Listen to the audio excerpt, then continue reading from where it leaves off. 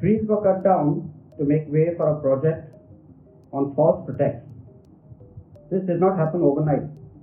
It did not happen by force. It happened by exploiting the very system that is supposed to protect us. This happened quietly, through fake documentation, through rushed permissions, through donations, and through land grabbing. Every department played its role, but hidden within those approvals is a detail that should have stopped the project immediately. In this video, let's see how the system itself helped for this to happen. I am Eusebio De Silva, a founding member of Save Chorao, a group dedicated to preserving the natural resources, integrity, and the biodiversity of our island. Let us begin at the very foundation of this case, the land records. As per official records in Form 114, prior to 3rd July 2025, the survey number 452/1 lists the occupants as Xavier Valens Soares and Orti Fiona Mendonça E. Soares. This is not disputed. These are government-maintained official records. Now let us move forward in time. On the 16th of December, the year 2024, the village Panchayat of Chodan Madel issued a construction license for what can only be described as a large-scale luxury development. The project comprised 9 luxury villas, 8 swimming pools, and a clubhouse. This was not a small residential dwelling. It was a high-intensity, commercial-style development. What is more important here is not just the scale of the project, but also the process through which this license was granted. The license was issued despite the application file being incomplete. More importantly, it was issued without the mandatory health compliance certificate. This is not an optional event. It is a legal requirement. Issuing a license without it is a procedural violation in itself. The location of the project raises further concern. The site lies within the dense green cover and its close proximity to the Church of St. Bartholomew's, a historically and culturally significant property. It was at this stage that we under the banner of Save Chorao, decided to intervene, not through slogans or speculation, but through a structured, document-based approach. We systematically collected records from every relevant authority, right from the village panchayat, the town country planning department, and the land records. From all constitutional bodies connected to survey number 452/1 and the approved project. What emerged was deeply troubling.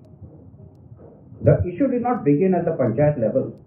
It began earlier at the level of the Sanad itself. On examining the Sanad and comparing it with the ground reality, the adjoining properties, we found that the project details, the boundaries, descriptions did not match at all. Most specifically, the church property of St. Bartholomew, which is in survey number 452/7, was not mentioned at all. Instead of the Sanad issued the name of Brian Soares and Orti Fiona Mendonça E. Soares, described the boundaries as follows. To the south, survey number 453/7. To the north, a nala. To the east, survey number 452/2. And to the west, survey number 453/6/7. The property that physically touches the project boundary was entirely omitted from the official documentation. Now, this is not a minor discrepancy, but the most serious issue was yet to come. The church property of St. Bartholomew's in survey number 452/7 was shown in official submission as survey number 230/7. I repeat, the church property that belongs to St. Bartholomew's, which is in survey number 452/7, was fraudulently shown in submission as survey number 230/7. Now 230/7, this number doesn't even exist on the entire island of Chorao. Yet it was used in official submission to the Town and Country Planning Department. I just do not understand as to why. This fake and false representation had the effect of erasing the church property from consideration and misleading the approving authority. This cannot be brushed aside as a typographical error. Survey numbers are the backbone of land governance. Altering them changes the reality on paper. At this stage, the issue is no longer procedural. It is legal. Now let's look into who submitted this project. The project architect happens to be Brian Soares. He is not just a private architect. He is a sitting member of the TCP board and very well was present during the discussion of the file. The project was submitted through his firm, Soares Associates, and the beneficiary of the approval was his wife, Orti Fiona Mendonça y Soares. Surprising, isn't it? This established a clear conflict of interest. The same project approval relied on altered survey numbers and withheld material facts, and it was processed by someone who sits on the very body responsible for regulating such approvals. This is not merely unethical. It raises serious questions of legality. Multiple objections were raised after these facts came to light. Formal representations were submitted. The matter was discussed and debated in 2 consecutive Gram Sabhas. Despite the presence of documentary evidence, no corrective action followed. The silence matters.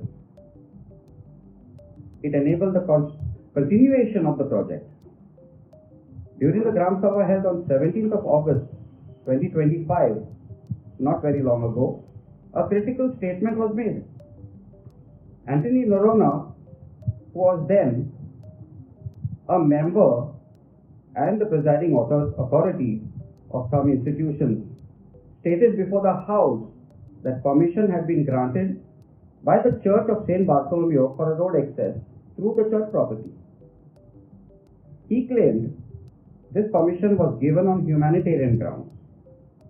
He further stated that it was meant exclusively for a single residential dwelling and not a commercial project.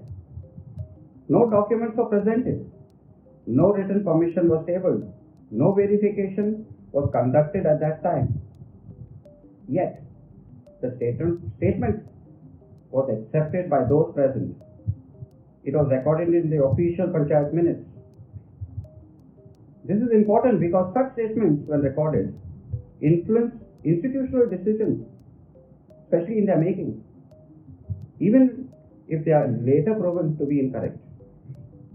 Subsequently, and only after sustained follow-ups, the matter was taken to the highest ecclesiastical authority, the Bishop House, the Archdiocese of Goa, and Daman, were formally approached with verification. The response was categorical. They stated that no permission was ever granted. No correspondence even existed. No NOC was issued by them, nor the church. No application was submitted. No minutes were recorded, neither by Orti Fiona Mendonça y Soares, nor by the Church of St. Bartholomew. Now, this is not a matter of interpretation. It's a direct contradiction between what was stated on the floor of the Gram Sabha and what exists on official record. When such contradictions enter public records, they do not disappear. Finally, we come to the Panchayat body meeting held on 14th of November 2025. All the Panchayat members of the village Panchayat Chorao Madel were present. The discussion took place on directions from the appellate authority. Instead of revoking the construction license, the Panchayat chose to justify its earlier approval. They relied on an option allegedly given by a government-approved lawyer stating that the landowner had all the paperwork in order and that the Panchayat lacked the power to revoke the license. But in the very same meeting, the Panchayat put it on record, and it is something very crucial. Under Resolution 8.6, they formally acknowledged that they do have the authority to revoke a construction license if there is a violation of terms and conditions, including fraudulent misrepresentation. The admission is on record.